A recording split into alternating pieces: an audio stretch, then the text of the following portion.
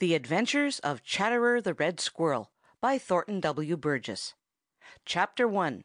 Chatterer the Red Squirrel runs for his life. Chatterer the Red Squirrel had been scolding because there was no excitement. He had even tried to make some excitement by waking Bobby Coon and making him so angry that Bobby had threatened to eat him alive. It had been great fun to dance around and call Bobby names and make fun of him. Oh, yes, it had been great fun. You see, he knew all the time that Bobby couldn't catch him if he should try. But now things were different. Chatterer had all the excitement that he wanted. Indeed, he had more than he wanted. The truth is, Chatterer was running for his life, and he knew it. It is a terrible thing, a very terrible thing, to have to run for one's life. Peter Rabbit knows all about it. He has run for his life often. Sometimes it has been Reddy Fox behind him, sometimes Bowser the Hound, and once or twice Old Man Coyote. Peter has known that on his long legs his life has depended, and more than once a terrible fear has filled his heart.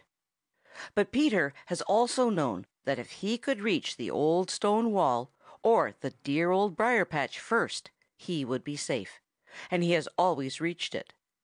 So when he has been running with that terrible fear in his heart, there has always been hope there, too. But Chatterer the Red Squirrel was running without hope.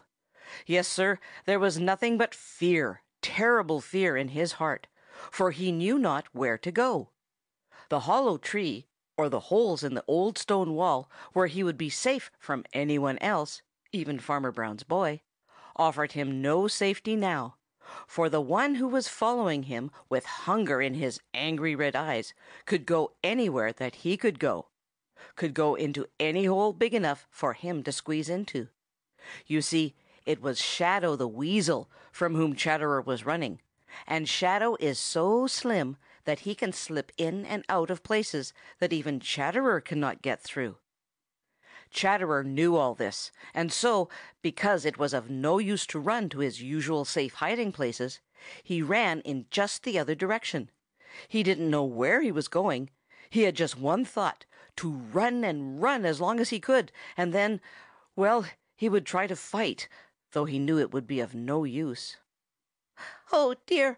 Oh dear!" he sobbed as he ran out on the branch of a tree and leapt across to the next tree. "I wish I had minded my own business. I wish I had kept my tongue still. Shadow the Weasel wouldn't have known where I was if he hadn't heard my voice. Oh dear me! What can I do? What can I do?" Now, in his great fright, Chatterer had run and jumped so hard that he was beginning to grow very tired. Presently he found that he must make a very long jump to the next tree. He had often made as long a jump as this and thought nothing of it, but now he was so tired that the distance looked twice as great as it really was. He didn't dare stop to run down the tree and scamper across, so he took a long breath, ran swiftly along the branch, and leapt. His hands just touched the tip of the nearest branch of the other tree. He tried his very best to hold on, but he couldn't. Then down, down, down he fell. He spread himself out as flat as he could, and that saved him a little, but still it was a dreadful fall, and when he landed, it seemed just for a minute as if all the breath was gone from his body. But it wasn't quite, and in another minute he was scrambling up the tree. Chapter 2. Chatterer's Last Chance. Chatterer, still running for his life and without the least hope, suddenly saw a last chance to escape from Shadow the Weasel. That is, he saw something that might offer him a chance. He couldn't be sure until he had tried, and even then he might escape from one danger only to run into another equally great. What Chatterer saw was a big brown bunch near the top of a tall chestnut tree, and he headed for that tree as fast as ever he could go. What was that big brown bunch? Why, it was Redtail the Hawk, who was dozing there with his head drawn down between his shoulders, dreaming. Now, old Redtail is one of Chatterer's deadliest enemies. He is quite as fond of Red Squirrel as is Shadow the Weasel. though he doesn't often try to catch one, because there are other things to eat much easier to catch. Chatterer had had more than one narrow escape from Old Redtail, and was very much afraid of him. Yet here he was running up the very tree in which Redtail was sitting. You see, a very daring idea had come into his head. He had seen at once that Redtail was dozing, and hadn't seen him at all. He knew that Redtail would just as soon have Shadow the Weasel for dinner as himself, and a very daring plan had popped into his head. "I may as well be caught by Redtail as Shadow," he thought as he ran up the tree. "But if my plan works out right, I won't be caught by either. Anyway, it is my very last chance." Up the tree he scrambled, and after him went Shadow the Weasel. Shadow had been so intent on catching Chatterer that he had not noticed Old Redtail, which was just as Chatterer had hoped. Up he scrambled, straight past Old Redtail, but as he passed he pulled one of Redtail's long tail feathers, and then ran on up to the top of the tree, and with the last bit of strength he had left, leaped to a neighboring spruce tree, where, hidden by the thick branches, he stopped to rest and see what would happen. Of course, when he felt his tail pulled, Old Redtail was awake in a flash, and of course he looked down to see who had dared to pull his tail. There, just below him, was Shadow the Weasel, who had just that minute discovered who was sitting there. Old Redtail hissed sharply, and the feathers on the top of his head stood up in a way they do when he is angry. And he was angry, very angry. Shadow the Weasel stopped short. Then, like a flash, he dodged around to the other side of the tree. He had no thought of Chatterer now. Things were changed all in an instant, quite changed. Instead of the hunter, he was now the hunted. Old Redtail circled in the air just overhead, and every time he caught sight of Shadow, he swooped at him with great cruel claws spread to clutch him. Shadow dodged around the trunk of the tree. He was more angry than frightened, for his sharp eyes had spied a little hollow in a branch of the chestnut tree, and he knew that once inside of that he would have nothing to fear. But he was angry clear through to think that he should be cheated out of that dinner he had been so sure of only a few minutes before. So he screeched angrily at Old Redtail, and then, watching his chance, scampered out to the hollow and whisked inside, just in the nick of time. Chatterer, watching from the spruce tree, gave a great sigh of relief. He saw Redtail the Hawk post himself on the top of a tall tree, where he could keep watch of that hollow in which Shadow had disappeared, and he knew that it would be a long time before Shadow would dare poke even his nose outside. Then, as soon as he was rested, Chatterer stole softly, oh so softly, away through the tree tops until he was sure that Redtail could not see him. Then he hurried. He wanted to get just as far away from Shadow the Weasel as he could. Chapter 3. Chatterer tells Sammy Jay about Shadow the Weasel. Chatterer hurried through the Green Forest. He didn't know just where he was going.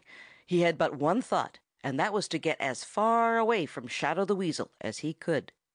It made him have cold shivers all over every time he thought of Shadow.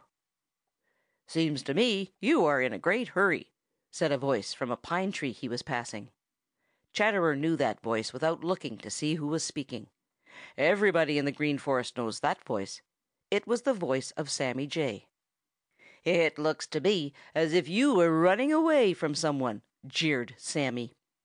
Chatterer wanted to stop and pick a quarrel with Sammy, as he usually did when they met, but the fear of Shadow the Weasel was still upon him.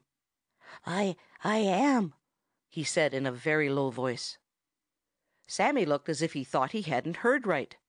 Never before had he known Chatterer to admit that he was afraid, for you know Chatterer is a great boaster. It must be something very serious to frighten Chatterer like that. "What's that?" Sammy asked sharply. "I always knew you to be a coward, but this is the first time I have ever known you to admit it. Who are you running away from?" "Shadow the Weasel," replied Chatterer, still in a very low voice, as if he was afraid of being overheard. Shadow the Weasel is back in the Green Forest, and I have had such a narrow escape." "Oh!" cried Sammy.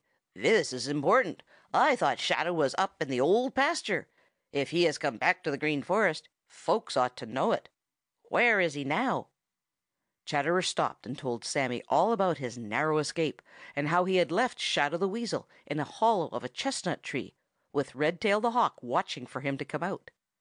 Sammy's eyes sparkled when Chatterer told how he had pulled the tail of old Redtail.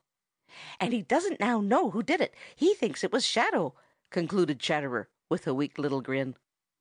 "Ho, ho, ho! Ha, ha, ha, ha!" laughed Sammy Jay. "I wish I had been there to see it." Then he suddenly grew grave. "Other folks certainly ought to know that Shadow is back in the Green Forest," said he, "so that they may be on their guard. Then if they get caught, it is their own fault. I think I'll go spread the news. You see, for all his mean ways, Sammy Jay does have some good in him, just as everybody does, and he dearly loves to tell important news."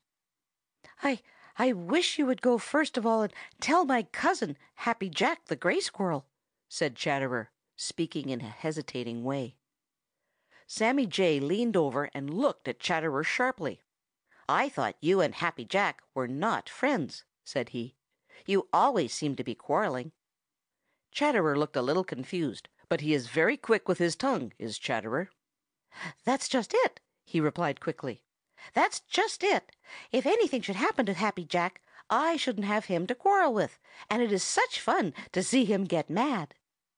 Now, of course, the real reason why Chatterer wanted Happy Jack warned was because down inside he was ashamed of a dreadful thought that had come to him of leading Shadow the Weasel to Happy Jack's house so that he himself might escape. It had been a dreadful thought, a cowardly thought, and Chatterer had been really ashamed that he should have ever had such a thought. He thought now that if he could do something for Happy Jack, he would feel better about it. Sammy Jay promised to go straight to Happy Jack and warn him that Shadow the Weasel was back in the Green Forest. And off he started, screaming the news as he flew, so that all the little people in the Green Forest might know. Chatterer listened a few minutes and then started on. "Where shall I go?" he muttered. "Where shall I go? I don't dare stay in the Green Forest, for now Shadow will never rest until he catches me."